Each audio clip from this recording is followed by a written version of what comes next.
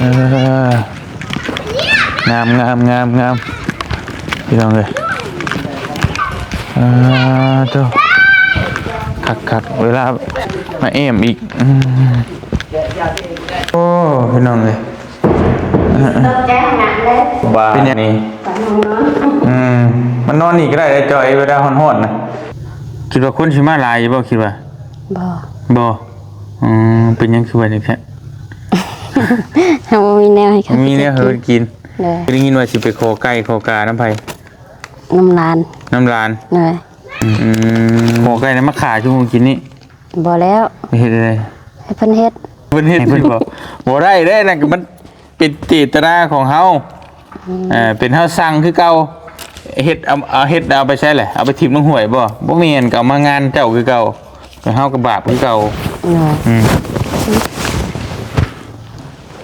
บ่แล้วลายผดเอา6 ล้านไปซื้อแนวกินบ่เอาลายปานนั้นเอาเท่าไรซะเอาล้านนึงพอแล้วฮะล้านนึงมันสิพอกินพอบ่ลายปานนั้นเอาจ้ะอันว่าอันนี้แหละมันบ่เป็นเงินข่อยเป็นเงินลุงปู่เฮาเพิ่นฝากมาให้เพิ่นบ่ให้ค่าหยังสักอย่างขอบคุณอะไรเด้อหลวงปู่ลานได้รับเงินแล้วขอขอบคุณอะไรขอให้อยู่ดีมีแฮงความเจ็บอย่าให้ไหนความไข้อย่าให้มี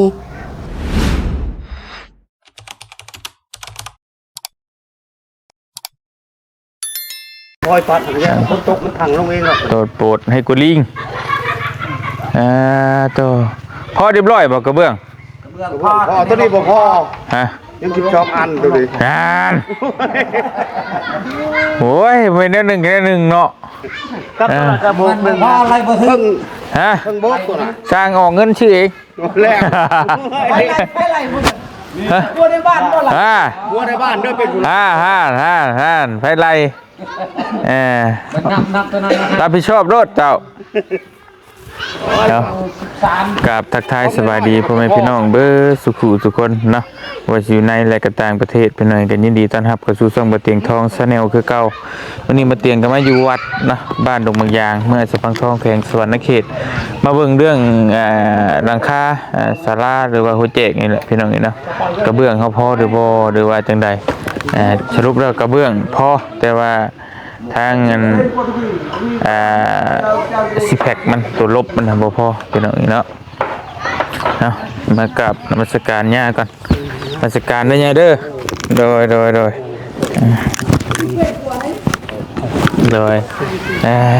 เป็นอะไรถึกใจยี่บ่หลังคา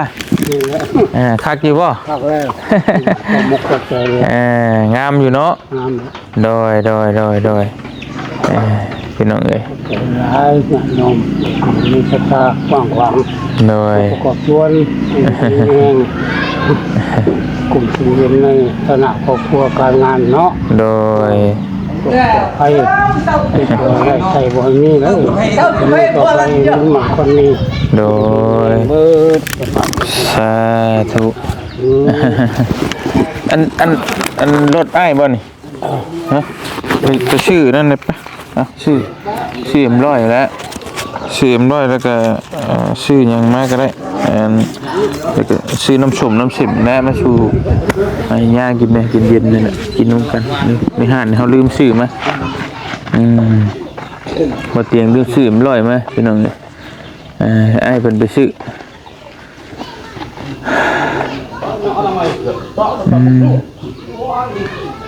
ถึงสิลงมาตรงหลุมแล้วแมนก็นี่แหละก็แต่ว่ามันพอได้อยู่สิคอยเฮ็ดตุเทพื้นไปบัดนี้เอาไปมาสิแล้วจักเนาะญาเนาะถูกเลยเอาลงมาทำไมทางได้ปับหนาดินนะเรานั่งเพื่อสิเทพื้นไปน้ำนั่นแหละพอได้นั่งดินเย็นๆเนาะ อดีแล้วแล้วไปเลยก็ทู่เลย มันมีอย่างนี้ฉันยายมีแต่ตัวก้อนี้แล้วก็ตั้งฐานนี้อันนี้แปลว่าเขาแจกเนาะเขาแจกนี่เขาที่บ่ครูบาอาจารย์แล้วก่อแล้วแบบแม่นทางนั้นนะทางนั้นแม่นใส่บานประตูนี่ตั้งวงกลม1 2 3 4 5วงสำนึกแล้วเนาะแล้วก็ตกแต่งเสามันเด็กๆน้อยๆแล้วเนาะเสามันโอเคยังบ่ลายปานใดใส่พี่น้องสิพยายามก็ลูกติ้งโดยโทรเป็นไปใส่จะได้ลูกติ้งดินนั่นแหละโดยแบบเนาะป่าน้ำพาบ้านผู้น้อยลูกติ้งไม้มันบ่ขับไปเลยโดยชาวบ้านติ้งแก้วก็บ่ขับหรอกมันบ่มั่นคงโดยอาจจะค่อยเป็นค่อยไปเนาะยาเนาะเจ้าหลังคากันไปเด้พี่น้องแล้วตัวไม่เหลืองามอันนี้ย่าเพิ่นเลือกเองพี่น้องเอ้ยย่าพ่อเพิ่นเลือกเองเนาะสีเสือหมักแบบนี้ว่าซั่นก็เข้ากันดีอยู่เข้ากันเลยพี่น้องเอ้ยกับวัดกับว่าเนาะโดย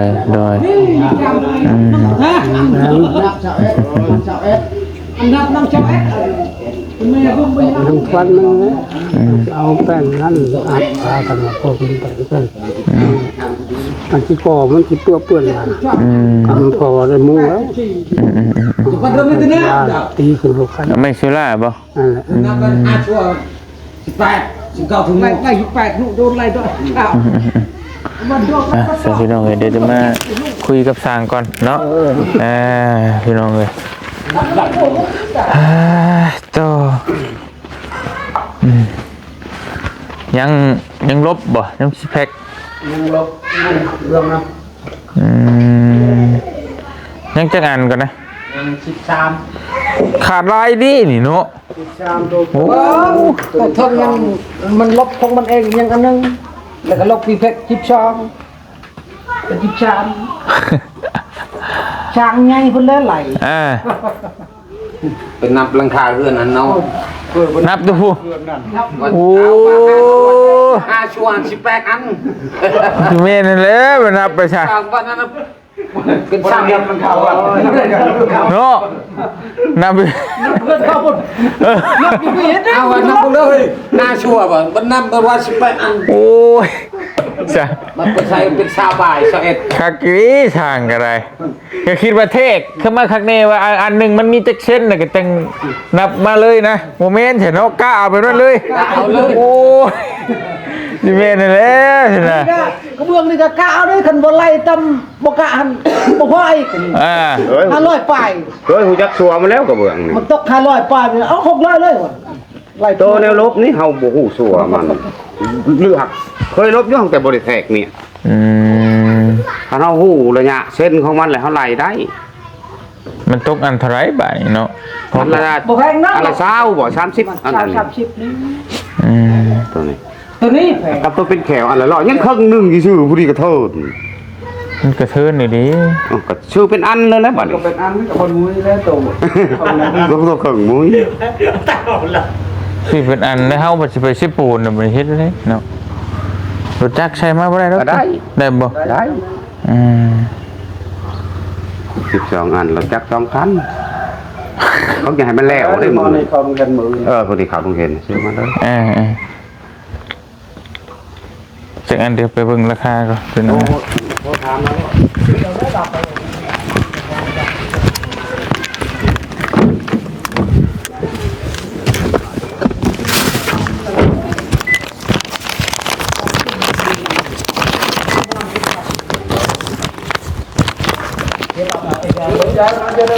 ตัวนี้หรอวะ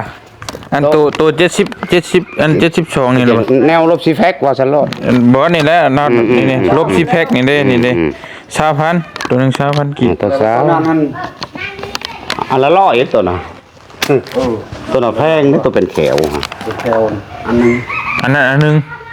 ยังครึ่งหนึง ยังครึ่งนึง เขาบ่ขายครึ่งหนึงเขาขายเป็นอันโลดเอามาตัดเอา คันมันมีตัวแตกนำเข้าขอเอาเนาะ มันรู้มีหมอนี่เขาลงให้คันว่าได้ก็ชื่อให้โลดแตกครึ่งชื่อชื่อแบบครึ่งเลยตายแล้วชื่อแบบนึงชื่อมันบ่ได้ครึ่งนึงเขาจะเอาประตูเลย ขายคือกันครึ่งนึงโตเลยคือกันเจ้าจะตัดเอาก็ตัด โตเลย100 บาทติ 100 บาท 100 บาทอันนี้12 อันบ่ 2 13โตแขว 10 อันก็200,000เนาะ12 แสน 240,000 240,000อันนั้น100 บาทก็ตีใช้300,000 300,000 300,000ปลาย300,000ปลาย300,000 แล้วบ่พอตัวน้อย เนาะมีแต่ที่ให้400,000เลยเดือนหันก็เติมน้ำมันหั่นแหล้ว100มากิน ๆอกน้ำยันตัวกระเบื้องนี่บ่พอก็บ่แม่งละมุงไว้จังมาเด้อไล่เรือ6แผ่นไว้ก็เรืออยู่หาเรือ บ่เรือก็ขาดนะสั่ง เรือจะแผ่นก็เรือ3 เรือ3แผ่น เรือ3 ใครเท่านั้นบ่มีปัญหาเท่านั้นน่ะ เผื่อไว้ โค ลบเด้ อยู่เรือเศร้านี่ครับพี่ไว้เด้ ตัดต้นมาแล้วของเขาตัดมุมนี่มันจะหายเห็นหลังนี่เขาเล่าตัดต้นแบบนี้เขาตัดมุม อันนี้ก็เก็บไปต่อกันมุ้งข้อไก่ข้อกาก็ได้จังเนาะ ได้แล้ว ครูบอกเคยเห็นนี่ว่าตัดอ๋อคือกันกับเห็ดไม้แล้วนี่เป็นยังบ่สั่นพอดีมันได้สิพอดีหลังอันนี่เนาะเรื่องบนชันบนยาวมันก็บ่พอดีแล้วโห มันบ่คือโมเดิร์นนะแบบว่าถ้าเฮ็ดเป็นมันน่าง่ายอยู่นี่นะ ง่ายแบบนั้น ทรงเล่าแบบ ชมนี่ก็ง่ายอยู่ แต่นี่มันซิกแซก เนี่ยมันยากอยู่แล้ว อันนี้บอนสันบอนยาวแบบนี้ตัดไปเลยแล้วบอนนี่ ได้แล้วบ่เป็นหยังจบอันนี้เนาะจบครั้งนี้เนาะ จบ บัดทวนมันนี่ได้สิเฮ็ดได้ขนาดนี้มันบ่จบเลยนี่น่ะ จบตัวนี้ได้จบตัวลบนี่เลยข่อยว่า นั่นแหละบ่เรื่องหลังคานั่นแหละ นั่นตัวอัดนั่นยังบ่จบแล้วตัวน่ะ สิเฮ็ดได้บาดนี่ สิใส่เพิ่นเรียบเอาบ่ จังว่า เพิ่นเรียบก็บ่หลายดอก เพิ่นเรียกว่าท่าชีเอา สีขาวโลกก็สิเป็นหยัง ได้กันเนาะ ใส่ขาวก็ได้ เป็นเรียบก็ได้ สีขาว ได้กัน อัดสีขาวโลก แต่เรียบหรือว่าแผ่นสุรา กระชาก เป็นศิลา สีขาว เป็นศิลาสีขาว เงินชุดไม่ใช่สีขาว ได้จริงครับ เป็นศิลานี่คันเฮาอยากแต้มรูปนี่เฮาก็บ่คมกันเด้อนะเฮาเอาตู้กันโลดแต้มรูปก็ได้แบบมันละเอียดเลย ได้ เอาได้จังว่ากันเฮ็ดมันพอได้มุงเลยแหละอันนี้ทั้งนี้ถ่ะ ประมาณ6-7ตับได้พอบ่ยักนี่ บอกกันว่าก็บอกมาไล่ บอกก็ขึ้นได้ก็งามจักเนาะ ติดเปื้อน บ๊อบเด้อเปื้อนบ่แล้วเจ้าขึ้นไปนั่งไปยังสิบ่เพ้อกระเบื้องสิแตกขี้ได้ไปอีก เขาเกียบอยู่หันเนาะมันเบื่อเงินหานเอาแล้วหานแล้วยิงทางไหน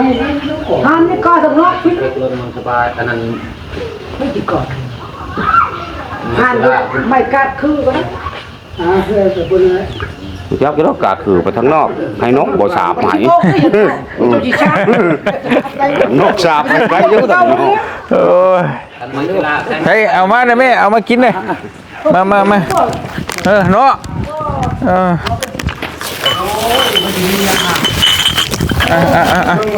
หาทูนี่จะเอาก่อน โอเคเอาช่างเอา ได้ขี่มันเนาะ แบ่งกันให้ครูบากินน้ำในเด้อ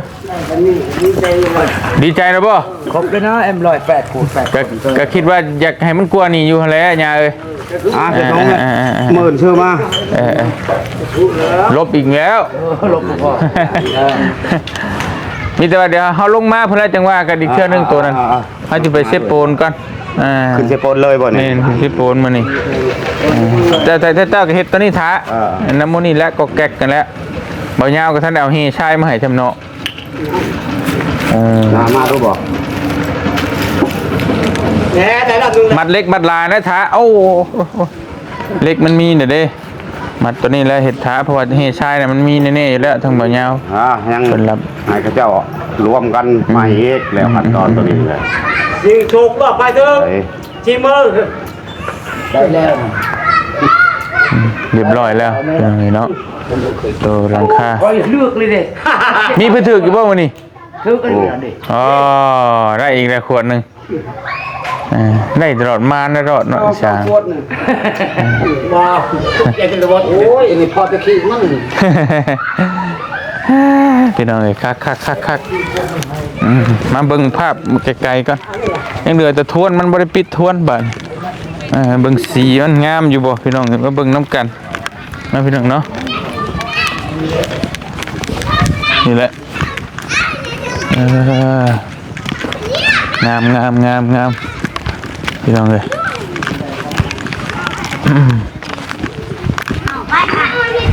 จะได้ปิดทวนเนาะ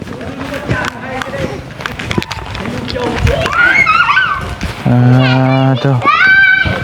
ขัดเวลาใช้เวลาระยะเวลากับประมาณอาทิตย์หนึงนี่แหละเพิ่นมุงถือว่าแล้วสมบูรณ์เนาะยังเหลือแต่ปิดทวนมันฮะต้องว่ากันใหม่อีกเด้อพี่น้องไม่เชื้อราบัดไม่เชื้อรามามุงมาแอมอีก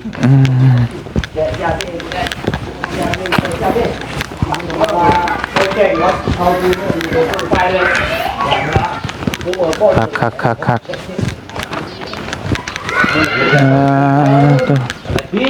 เรียบร้อยไปแล้วพี่น้องเลยเนาะอันน่ะไม่เชื้อราเอาสีนี่รถบ่เอาสีกระเบื้องอยู่บ่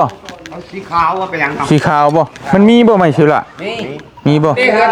อันนี้เฮือนน้องเขาใส่สีขาว นี่สี เอาสีขาวบ่ก่อนยังจะพอถามจะพอดีแล้วบอกไปซื้อดิเอาสีหยังสีกระเบื้อง มันบ่มีเลยทันเรียก มันบ่มีกับมันมีบ่ อันนี้เฮือนอันนี้อันนี้เฮือนที่กูท เงินอีกูกับมันบ่ทำกล้า ำไม่สุราเฮือนที่กูนี่ โอ้ยสีไม่เอา มาไปเบิ่งเลยนะ สีแดงเอา เคยจะไปเคยจะเอานี้ เอาแล้วนะ แดงบ่แดงกระเบื้องเลยเนาะ เอาแบบนี้ สีบลอกบลมนี่แหละ โอเค ชีวัดนี่แหละ ประมาณจักแผ่น สีว่าเบาอย่าสีเบา เบาสีก็สีกันมันบ่คือนั่นแหละ คิดว่า อันสีเหลืองก็คือ สีเหลืองกระทึกเอาสีเหลือง มันมีบ่สีเหลือง คือยังบ่เคยเห็น มีครับเพิ่นว่าตับเพิ่นว่า ฮะ มีอยู่เหลืองอ่อนมี เห็นอยู่ ไป เห็นอยู่แต่ว่ามันไปชื่อแท้มันบ่ได้อยากมีใด มันบ่ค่อย ตัวเมนต้องห้านนั่นน่ะดีรอน่ะแต่ว่าสีนี่น่ะหลายนี่แต่ว่าห้านใดก็มีสินะแต่ว่าแบบนั้นน่ะมัน แบบสีทะเลสีอันนั้นก็มีเขาเห็นอยู่ตัวนั้นก็ได้ มาเขาไปสู้ใส่แล้วเขาไปสู้ไม่เนาะ แม่น เขาเองตามคนนำไข่สีหยังหลายหั่น แม่น ชุดลายสีนี่เขาใส่ดู แต่สีขาวเฮาก็ยังบ่ได้เห็นชูเห็นน่ะจะเห็นแต่เจ้าว่าวนั่นแหละ อันนี้เฮือนหลังอันนี้สมมาเด็ด จะเอาแผ่นเรียบมันบ่สิบ่ทนติ ทน แตกไว้คนพระใส่ลูกเล่นกัน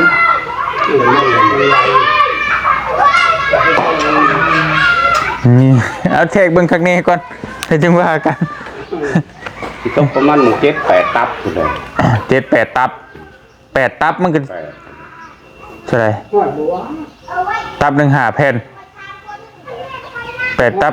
40แผ่นผมบอก ควรเลย เรื่องหน้าฮะ ไล่มึงดู มาแทกเบิ่งก่อนจังว่ากัน แหลมนี่ไปอ่าน2ตับ ตัวนี้ก็2ด้านนี่2ด้านนี่2 ใช่นะ เอามันเก็บเป็นก้อน โอเคเดี๋ยวคิดมึงก่อนก็ได้เอาแทกมึงคักๆก่อนเนาะพอดีเดี๋ยวเฮาได้กลับลงมาเดี๋ยวสิมาถามว่าขึ้นไปเอาเครื่องไปแจกอยู่เซโปนก่อนพี่น้องเอ้ยเพราะว่าเดี๋ยวจะได้สั่งมาให้เพิ่นเฮ็ดมื้อนี้บัดค่ำเลยอยู่บ่ทันว่ายังบ่ได้ไล่ตัวนี้ว่าอันนั้นอยู่ว่าถามช่างอยู่มาก็ว่าอันนั้นก็มาคือสิเอาเลยก็ให้มันไล่มาเลยก็ได้ช่างเพิ่นบ่กล้าช่างเราเบิดลายเลยเนาะ ลายตกใจ เบิด3ที่ปลายล้าน รับโรด เดี๋ยวไล่เบิ่งก่อนเพราะมันเงินเฮาที่เหลือมันพอหรือบ่หรือว่าจังไดก็ว่ากันอีกเทื่อเนาะเพราะมันสิแลพี่น้องก็บ่แม่นว่าซื้อแต่กระเบื้องไหนมันสิแล้วเลยเนาะมันยักแจ๊กนั่นนี่อยู่ตัวกระเบื้องนี่พอแล้วบัดยังเหลือตัวอัดตัวหยังอีกเดี๋ยวจังว่ากันเนาะไปเดี๋ยวไปหาเจ้าจ้อยกันเด้อสร้างเด้อโดยเนาะพอดีพักพอดีเลิกเลยเนาะปิดจบเลยมื้อนี้ตัวฝนก็บ่ลงมาในลองเบิ่งกระเบื้องใหม่นี่ที่หัวอยู่บ่ ไปแป๊บนึง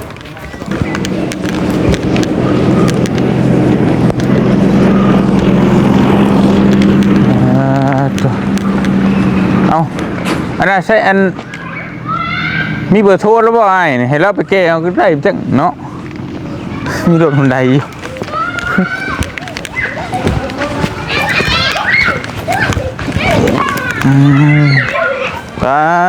โทรแล้วเด้อโนเนาะต้องอยู่บาทนี่โตพี่น้องเอ้ยคักกี่เด้เป็นอะไรโอ้ยสบายดีเด้อคุดยังอันนี้คุดเอาออกนี่เลี้ยวอะไรบ่นี่น่ะเลี้ยวอะไรมันคือบ่พอเฉยอันนี้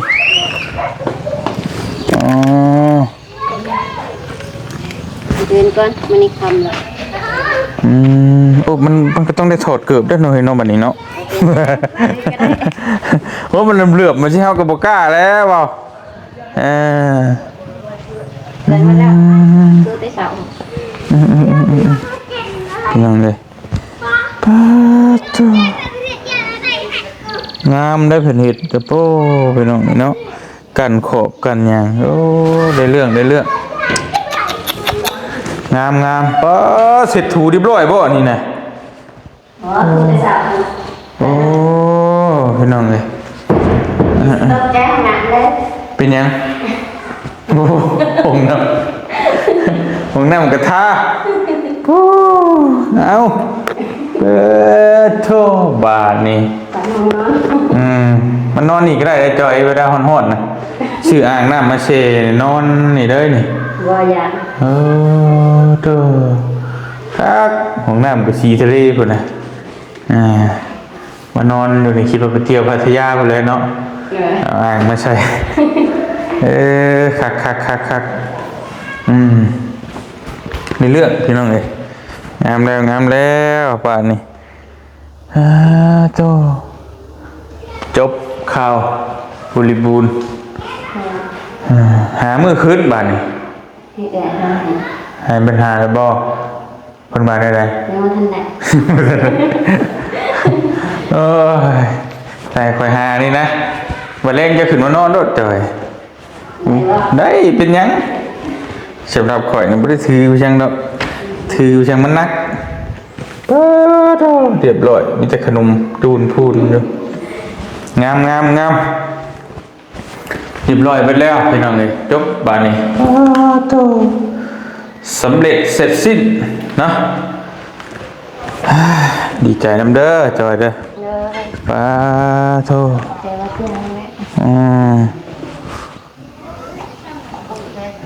มานั่งพี่ก่อนจังหน่อยบัดนี้ก็สิไปเช็ดปูนป้าได้บัดนี้ได้เคลื่อนแล้วก็ชินีก่อนนะมาดูบนบ้ายได้พี่น้องเลย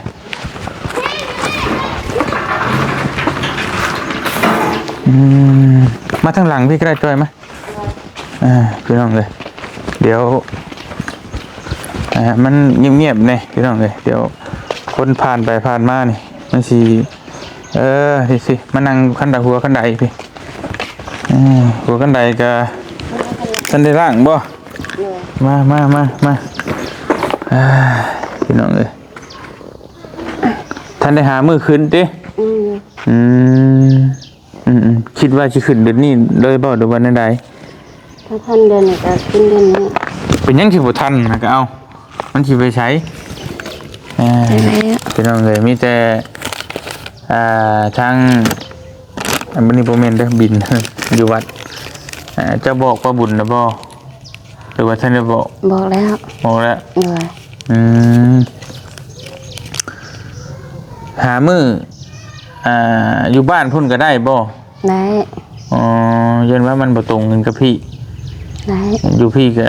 มีอยู่บ่ความเพิ่นมึงเพิ่นหา แกะหาน้องครูบาแหละ หาน้องครูบา เลย ครูบาเฮานี่บ่ เมียน เป็นน้องมีแต่ว่าหาเบิ่งถ้าได้มือแล้วก็มันก็บ่ยากปานใดนะบ่เตียงว่า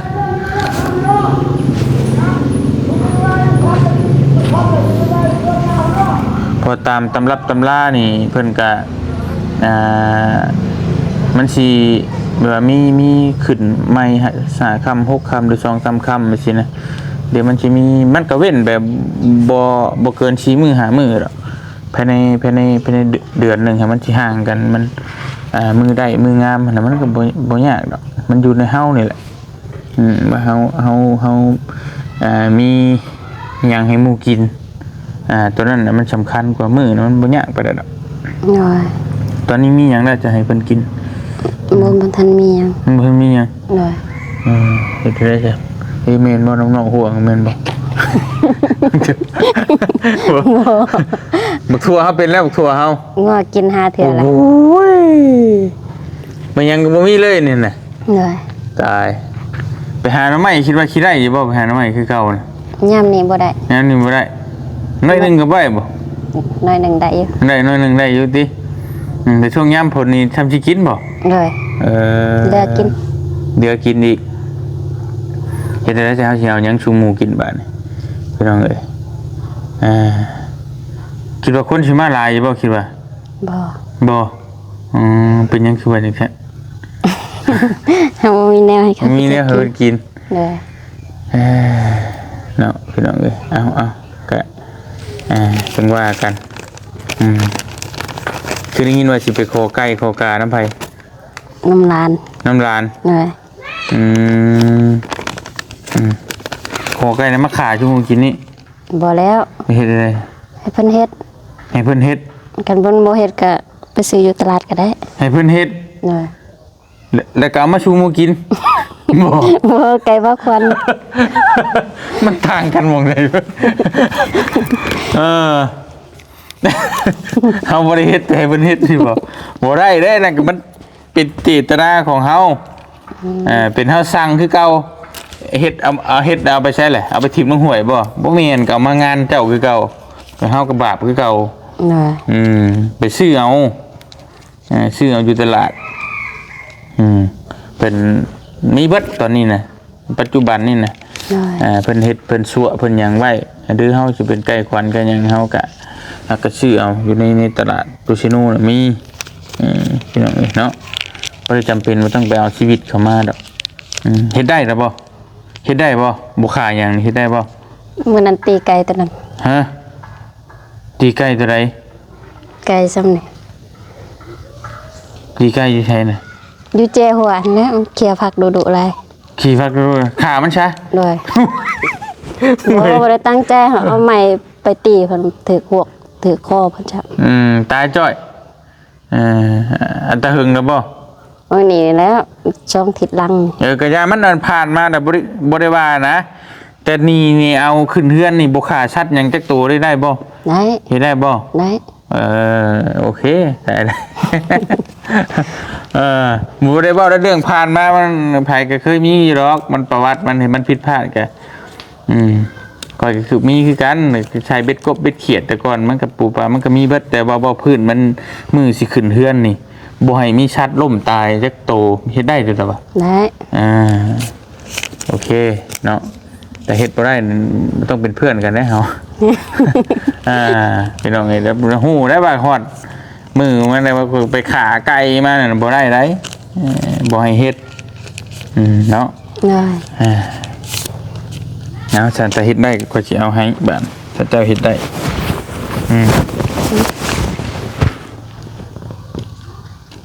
เอา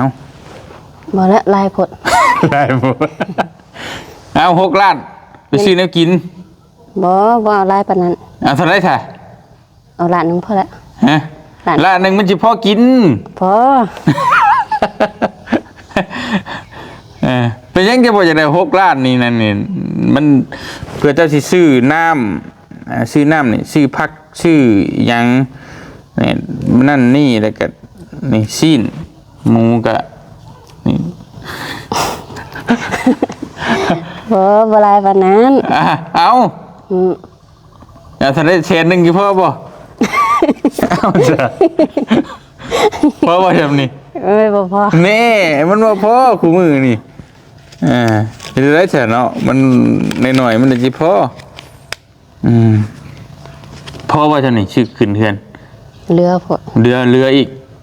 ถ้วยบวงเฮาซื้อแล้ว คิดว่าเบิดเท่าไรอ่ะให้เจ้าคิดว่าเบิดเท่าไร ของกินบ่ มันก็เว้าทั้งเบิดหั่นแหละจอยบ่แม่นว่าแต่ของกินไหนมันก็มีหยังในเครื่องใช้ผ้าขวัญผ้าหยังเฮาคือทั้งเบิดเฮาข่อยสิให้เจ้าชื่อเอาเบิดเลยบ่ให้ค่านะถ้าเป็นไปได้ก็บ่จำเป็นต้องเอาไก่ก็ได้ เอาไข่เฮานี่ก็ได้ ใช้ผ้าขวัญน่ะบ่จำเป็นดอก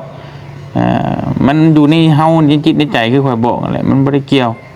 เดี๋ยวเอาไก่มาเฮ็ดผ้าขวัญบ่เกี่ยวเอาไข่ก็ได้บ่ขึ้นเฮือนสิมันบ่เป็นหยังต้มไข่งามมาใส่ผ้าขวัญก็ได้แล้วมันมีอย่างนี้บัดนี้เจ้าสิเฮ็ดเจ้าตู้มันก็หลายอย่างอยู่หั่นแหละเพราะควันมันมีแล้วสิไปเซานำป่าแสนนึงเช่าเอาเพิ่นว่าคนอื่นหัน3แสนเนี่ยเพิ่นเห็นเฮาบ่มีเช่าว่าคนมักนี่กูสิเต็งดงเด้อบ่แล้ว โอ้ยเนาะคิดว่าจักล้านเอาสิพอเอาทั้งหมดประมาณ2 ล้านมัน2 ล้านนี่พอมันก็ยากกว่าสิให้เจ้าไป6 ล้านนี่บ่เอาเอา2 ล้านพอ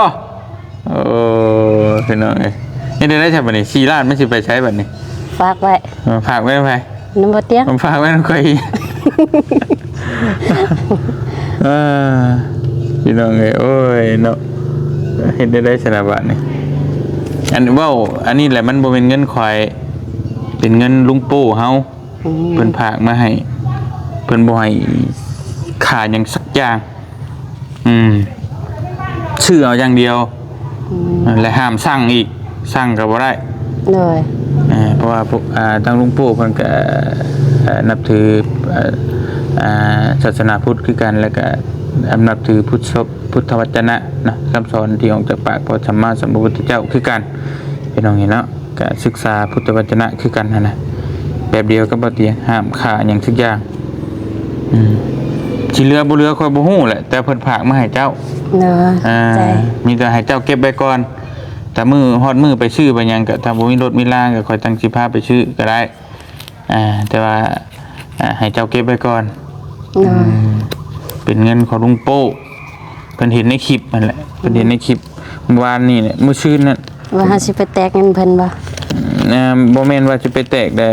เห็นเจ้าว่าจะไปคอไก่คอกามานั่นนี่นั่นแหละแล้วก็เพิ่นเห็นว่าข่อยสิออกซอยเจ้าเท่านั้นเท่านี้เพิ่นก็เลยว่าฉันลุงสิเป็นเจ้าภาพซะเพิ่นว่าชื่อเครื่องกินเครื่องอยากน้ำในน่ะอยู่ในนี่เบิดมันก็สิประมาณอยู่3 ล้านหรือ3 ล้านปลายในการที่พอกินอยู่ดอกที่เหลือก็เจ้าก็เก็บไว้บ่เป็นหยังพอเพิ่นตั้งใจไว้ให้เนาะมีแต่ฮอดมือหามือได้แหละบัดมือสิขึ้นหรือว่าข่อยบ่ว่างบ่หยังหรือว่าป้าบุญว่างก็เวลาพาไปซื้อก็ได้ถ้าเราบ่ว่างก็โทรหาข่อยสิพาไปซื้อก็ได้บ่เป็นหยังเนาะฮอดมือมันก็จังว่ากันหามือก่อนจังหน่อยก็สิได้ให้เจ้าได้สบายใจว่ามีแล้วแนวกินเจ้าบ่ต้องคิดตัวได้กินบัดนี้นะก็ตัดไปมีแต่หามือแล้วก็ขึ้นมันแล้วได้เด้พี่น้องเนาะเอ้ามีแต่นั้นแล้วฝากความขอบใจเพิ่นทางลุงปู่เฮานี่โดยเพิ่นอยู่ทางออสเตรเลียเนาะขอบคุณหลายๆเด้อหลวงปู่หลานได้รับเงินแล้วขอบคุณหลายๆขอให้อยู่ดีมีแรงความเจ็บอย่าให้ได้ความไข้อย่าให้มีขอให้อายุมันขวัญยืนปรารถนาสิ่งใดขอให้สมความปรารถนาเด้อสาธุขอบใจบาดเตียก็ขอบน้องเมฆหลายๆเด้อโดยดีใจบ่ตื่นเต้นยังบ่ชินอยู่บ่เด้อนี่บ่แล้วโอ้ยเบิ่งเท่าไรเทื่อเชื่อไผจนเมื่อยเลยยังตื่นเต้นอยู่นึงตกใจอยู่บ่มันจะอยู่เอาเงินให้6 ล้านได้ติพี่น้องเอ้ย แต่นี่แหละกับคุณงามความดีของเฮาแหละจอยคือว่าแหละเพิ่นเห็นแล้วเพิ่นก็เมตตาเนาะ โดย เพิ่นก็จะช่วยเพิ่นก็ช่วยรีโลได้พี่น้องตั้งแต่ก่อนเพิ่นมาเพิ่นก็มอบให้เลยเนาะมอบให้บ่เตียงช่วยพันปลายพุ่นเลยเงินหลวงปู่อยู่เฮือนสจอยนี่ก็ได้ช่วยตลอดทั้งโรงโรงเรียนเพิ่นก็ใจบุญหลายพี่น้องเนาะบ่เตียงก็ขอขอบคุญขอบคุณแทนทั้งเพิ่นจอยหลายๆเท่าพอลุงปู่อยู่ทั้งออสเตรเลียพี่น้องเนาะที่ได้ส่งเงินมาให้สจอยซื้อของกินของอยากไว้ขึ้นเฮือนใหม่พี่น้องเอ้ยแต่บ่ฮู้ว่ามื้อใดให้เพิ่นหามื้อหายามก็จังว่ากันเนาะจังได๋บ่เตียงก็ขอขอบคุญขอบคุณขอมกขอบใจหลายๆเด้อพ่อลุงเด้อเนาะขอให้อยู่ดีมีแฮงความเจ็บอยู่ได้ความไข่อยู่มีปรารถนาสิ่งใดก็ขอให้ได้สมความมุ่งมั่นปรารถนาทุกสิ่งทุกประการนอนรับก็ขอให้ลุงได้เงินหมื่นนอนตื่นก็ขอให้ลุงได้เงินแสนแบนมือมาขอได้แก้วมณีโสดโทษให้อย่าให้มาพานบ้านให้อย่าให้มาเบียดและขี้เดียดจังไดอย่าให้มีมาใกล้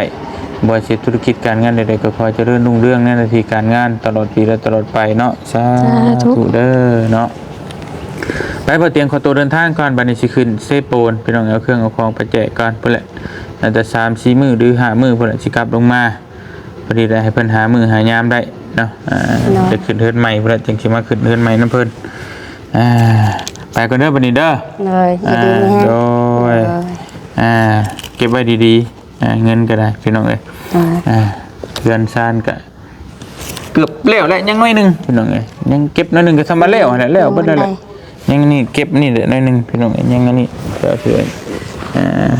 เกือบสิแล้วแหละยังอีกน้อยเดียวลูกมาแล้วไปซ่านเดินทางก่อนดูดีมีแฮงเบิดจุกูจุคนบัดนี้สบายดีเด้อพี่น้องเด้อแล้วพี่น้องในบ้านนี่เนาะแล้วทั่วบัวดีแล้วพี่น้องเอ้ย